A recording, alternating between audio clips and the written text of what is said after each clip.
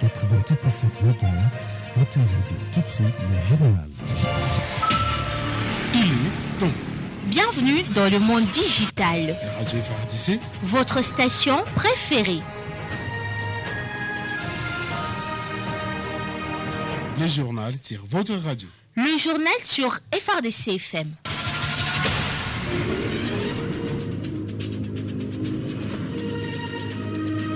Mesdames et messieurs, merci de suivre la radio des Forces armées de la République démocratique du Congo avec exactitude à 18h30 en ville de Béni. Voici une histoire d'actualité sur votre radio.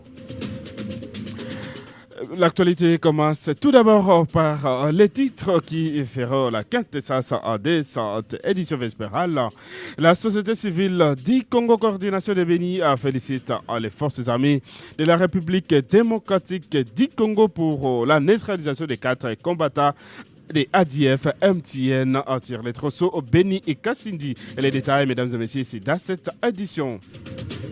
La discipline, la sécurité, la lutte contre le coronavirus et la résurgence de la maladie à virus Ebola, tels sont les points abordés lors d'une parade extraordinaire tenue à l'état-major de la police nationale congolaise à Butembo. Également, les détails dans cette édition. Et nous irons à Watalinga où les déplacés qui vivent à Luanoli, à la côte et à la chefferie de Watalinga, au pied de la montagne de Rouenzori, passent nuit à la Belle Étoile. Nous serons sur place avec Tony Kitambala, notre correspondant sur place. Et mesdames et messieurs, tels sont les titres choisis par Méta d'autres qui vous seront développés dans quelques instants.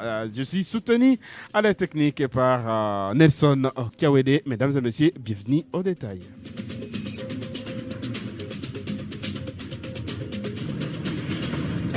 Les journaux. Seros Mouyessa. Bonsoir. La société civile du Congo Coordination de Béni félicite les forces armées de la République démocratique du Congo pour avoir neutralisé 4 combattants des ADF MTN dans un affrontement sur la route de Béni-Kassindi dans le village de Kilia où une femme parmi les victimes a trouvé la mort. C'est mardi 19 octobre 2021. C'est le secrétaire général de cette structure coordination de Béni, M. Junior Mbakoulirayi, appelle la population de soutenir l'armée et du côté de l'armée de multiplier encore des efforts pour mettre complètement fin aux aventures de ces génocidaires. Junior Mbakoulirayi est ici et dans ses propos recueillis par Olivier Cascotte. Et notre point de vue comme société civile du Congo, représentant la population, nous disons d'abord coup de chapeau à notre armée. Demandons une fois encore d'élargir les actions parce que pour le moment nous avons besoin de telles actions pour mettre fin à la sécurité chez nous. Donc c'est ce que je veux dire en grosso modo par rapport à notre armée. Et pour la population de Béni, je vais encore une fois demander de soutenir notre armée parce que nous avons qu'une seule armée, c'est notre armée FARDC. Donc nous devons bien collaborer. S'il y a des choses qui ne marchent pas sur le terrain, il est toujours important d'alerter à temps réel pour que notre armée puisse mettre fin à tout ce qui peut être un problème sur le terrain. Nous allons encore demander aux autorités de l'état de siège de collaborer parce que sans collaboration, on ne pouvait pas arriver à neutraliser ces éléments-là des ADF. Donc la collaboration, c'est une bonne chose. Il peut y avoir des alertes venant de la population, que les autorités puissent vraiment prendre ça en considération et que nous puissions arriver à un bon résultat. Parce que nous avons vraiment besoin de la paix chez nous. De Béni, rendons-nous à Butembo où la discipline et la sécurité, la lutte contre le coronavirus et la résurgence de la maladie à virus Ebola, tels sont les points abordés lors d'une parade extraordinaire tenue à l'état-major de la police nationale congolaise ville de Butembo ce mercredi 19 octobre 2021. Tanguy Bima Agiti Gaston, qui a présidé cette parade, a demandé aux policiers des rangs a demandé aux policiers de redoubler la vigilance pour éviter toute surprise négative de l'ennemi. À lui d'ajouter que tout policier qui abandonnerait son poste de garde et qui s'enivrerait et qui s'enivraient pendant les heures des services seraient considérés comme un indiscipliné. Les participants ont été recommandés de se protéger contre la maladie à virus Ebola qui vient de réapparaître depuis d'une semaine en zone de santé de Béni. Mesdames et messieurs, toujours rendez-nous à Nitouri où des messages de soutien et d'encouragement aux forces armées de la République démocratique du Congo engagées sur le théâtre des opérations pour traquer les groupes armés en province de l'Ituri nécessitent de provenir de partout. Les plis récents est celui du député provincial Jean Bosco Assamba, élu de la ville de Bunia. Il exprime sa satisfaction suite au travail abattu par les vaillants soldats des forces armées de la République démocratique du Congo dans la localité de Nyangarae, en territoire de Djougou. Reportage. Les opérations militaires pour neutraliser les groupes armés pendant l'état de siège en Ituri rencontrent davantage les désidératas de toutes les couches de la population. De messages d'encouragement et de soutien aux voyants militaires de FARDC fusent de partout au regard des résultats positifs sur le terrain. Le député provincial Jean Bosco Assamba, qui n'a pas su rester indifférent, salue les offensives que mènent les forces loyalistes depuis près d'une semaine dans la région de Nyangaraï, en territoire de Djougou. La population de Bunia, en général, et moi personnellement comme élu de la ville de Bunia, nous sommes très satisfaits et nous sommes aussi très contents de la manière dont les gardes républicains, que ce soit la force armée de la République démocratique du Congo, a délogé les miliciens de Codeco pas plus tard qu'hier dans les territoires de Djougou et précisément à Nyangaraï. Nous les encourageons et nous les demandons de frapper encore très fort afin que la paix soit retrouvée dans la province de l'Ituri en général et partout dans des villages. Dans la foulée, cet élu de la ville de Bunia demande à toute la population de l'Ituri de se ranger derrière l'armée pour la pacification totale de la province. Nous demandons à la population de continuer à collaborer avec notre force armée, avec les JR qui sont sur le terrain. Ils se sacrifient pour nous, pour remettre la paix et la sécurité de la province. Rappelons que, depuis le mois de septembre dernier, plus de 80 rebelles ont été neutralisés de manière professionnelle par les éléments de l'armée régulière sous le commandement du lieutenant-général Luboyanka Choma Johnny lors des opérations sur le front nord à Djougou et sud à Irumu. 26 ADF se sont rendus, 62 autres capturés et plus de 40 armes récupérées. La radio FRDC, votre référence dans le monde médiatique. De Bunia, rendons-nous à Watalingue, dans les territoires de Béni, où des déplacés qui vivent à Luanoli, à la côte, et de la chefferie de Watalingue, au pied de la montagne Rwenzori, passent nuit à la Belle Étoile. Annonce faite ce mercredi 20 octobre au micro de votre radio par Semouki Heka, chef du village de Luanoli. C'est notable, ce dernier mange difficilement et interpelle sa hiérarchie de voir comment elle peut venir en aide à se déplacer des guerres car ils n'ont rien reçu comme aide jusqu'à présent. Écoutez ici le chef de village Semou au micro de notre permanent dans le Watalingue et Tony Kitambala Kisire Randi. Ndio bwana journaliste, ndani ya eneo yangu deplase wiko na tangia sasa wiko na hala mbaya, hawayapata hata nafasi ya kulala na malisho yabo nakatala na biko nalala wapi? Biko ndani ya makanisa na hii ndani ya nyumba hii hamuna hata milango, dede baridi kunatesa watoto. Sasa mwito wako nini? Mwito wangu ninaomba serikali ya juu nisaidie kwa kusaidia wale wa deplace wapate nafasi mzuri. Kusema mpaka sasa hivi hawapata hata msaada. Hata wakati kwanza tangia walikuyaka kuafika kwa hiyo wakati hawapata hata msaada yoyote fulani. Wanatoka wapi? Wanatoka Kikingi na wengine Ndama. Revenons ici dans la ville de Béni. Parlons éducation à présent.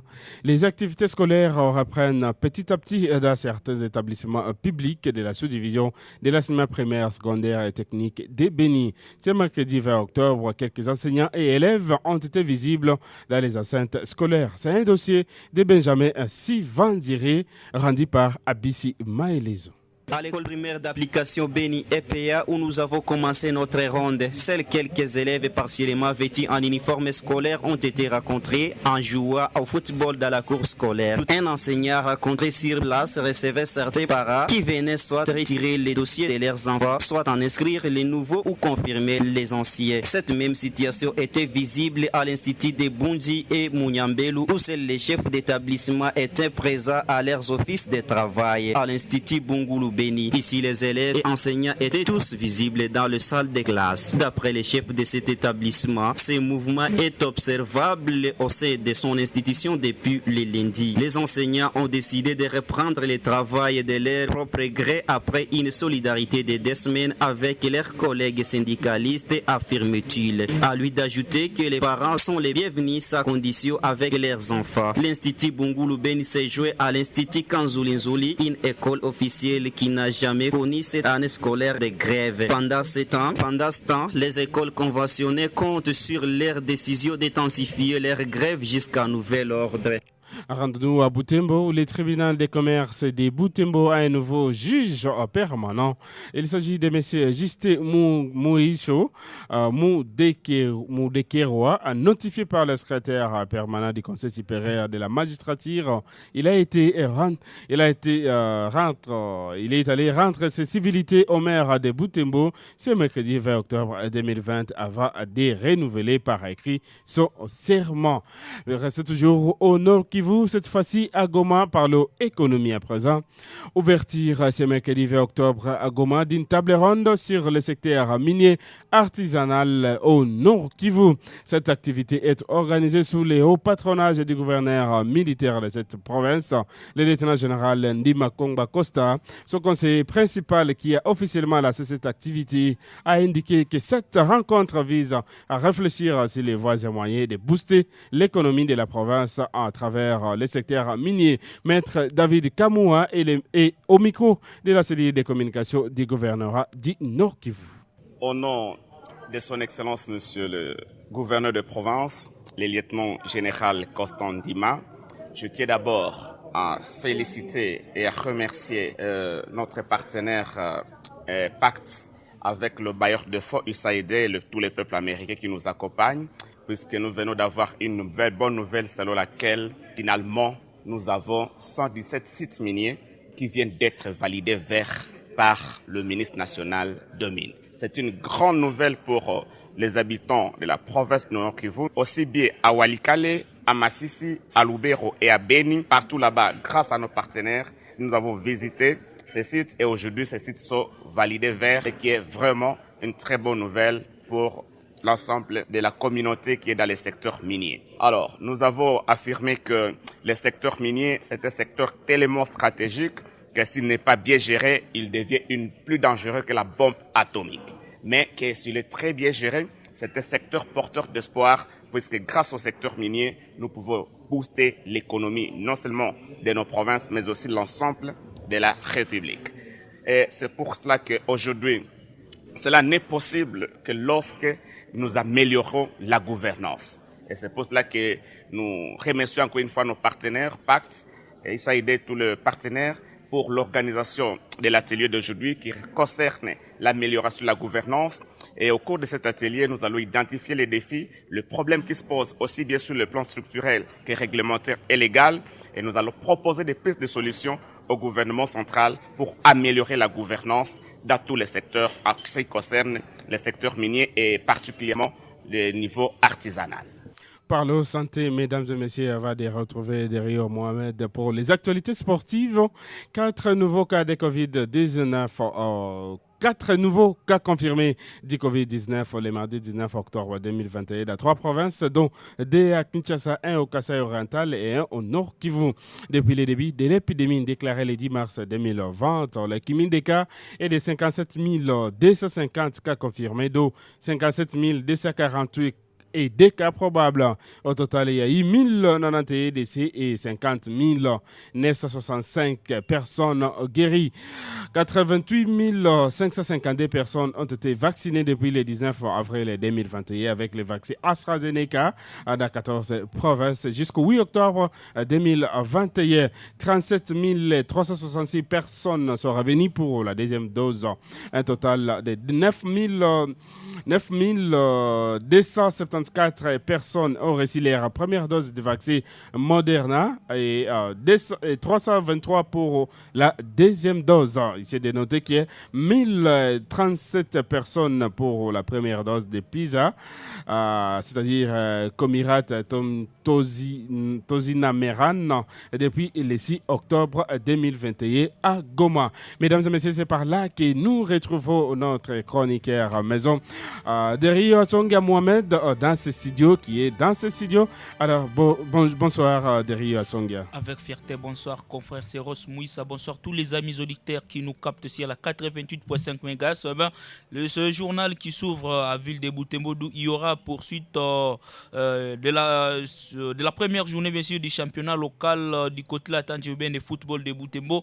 C'est jeudi 21 octobre 2021 au stade Entrée Van-Nouvelle, ex-stade Matokeo. Deux matchs seront au rendez-vous à 13h30. L'AS Étoile de Butembo défiera le football club Robista pour quelques heures plus tard, soit à 15h30. C'est le football club c'est l'OC Butembo Sport bien sûr qui s'expliquera à l'IS Muchanga. À rappel, le mardi 19 octobre dernier, les Daring Club Horizon avaient fait un égal de 2 buts partout face au football club Nouvelle Génération et l'AS Étoile de Butembo bien sûr, ainsi que l'IS Muchanga, c'était qui se paraît sur le score d'un but partout, signalant toutefois que le champion à titre l'IS Sokozaki entrera donc à Lys le dimanche 24 octobre prochain et défiera la formation de l'AS Atlético de Butembo. Et à Ligue des champions de l'IFA, la troisième journée de la phase des groupes va se poursuivre la soirée de ce mercredi 20 octobre 2021 dans plusieurs stades du continent européen. 8 matchs sont au programme. Tout à l'heure, à 18h45, le RB Salzbourg défie le Wolfsburg Club et le Football Club Barcelone sera en train de jouer la formation de Dynamo Kiev à 21h juste. Benfica jouera les Bayern de Munich, Manchester United acquérera à Old Trafford Stadium Atalanta Bergame, Young Boys Bern de Meshak Elia défiera la formation de Villarreal, Lille de France défiera Séville de Ivan Rakitic, puis Chelsea de Hakim Ziyech recevra Malmo, puis la Juventus sera à déplacement sur la pelouse du Zénith Saint-Pétersbourg. À rappel des résultats des matchs qui se sont livrés ce mardi 19 octobre 2021, Club Bridge a été battu à domicile par Manchester City 1-5. Besiktas a perdu face au Sporting CP 1-4. Ajax d'Amsterdam a eu raison du Borussia Dortmund 4-0. Shakhtar Donetsk a perdu à domicile face au Real Madrid 0-5. Porto de Chassel Mbemba a eu raison de l'AC Milan 1-0. Inter de Milan a eu raison à domicile de Sheriff Tiraspol sur le score de 3-1. Le Paris Saint-Germain avait eu aussi raison sur 3-2 de la formation du RB Leipzig. Puis l'Atlético Madrid a été battu à domicile au Wantra Metropolitano par le Football Club Liverpool sur le score de 2-4. Et enfin à boxe, un sur le deux pugilistes du Nord Kivu, 13 boxeurs de la République démocratique du Congo sont retenus et quittent la ville de Kinshasa ce jeudi 21 octobre 2021. Bien sûr, Kabongo, Jerry de la ville de Goma est le boxeur qui va effectuer le voyage avec le groupe des Léopards pour la Coupe du monde de boxe qui se tiendra à Monténégro, plus précisément à Bellegarde de la province du Nord Kivu. Peut compter sur le pugiliste de Goma bien sûr, alors que Jonathan Kassene alias Panther de la ville de Beni n'a pas été préféré dans sa catégorie. Nous disons donc bonne chance aux représentants de la province du Nord Kivu dans cette compétition. Merci beaucoup Derry Atsonga Mohamed pour les actualités sportives. Mesdames et messieurs, vous l'avez certainement compris que c'est par là que nous mettons un fin à cette grande édition vespérale. Je te Seros Moïse à sa présentation. Nelson Kawede nous a aidé du côté technique. Vous et moi, portez-vous bien.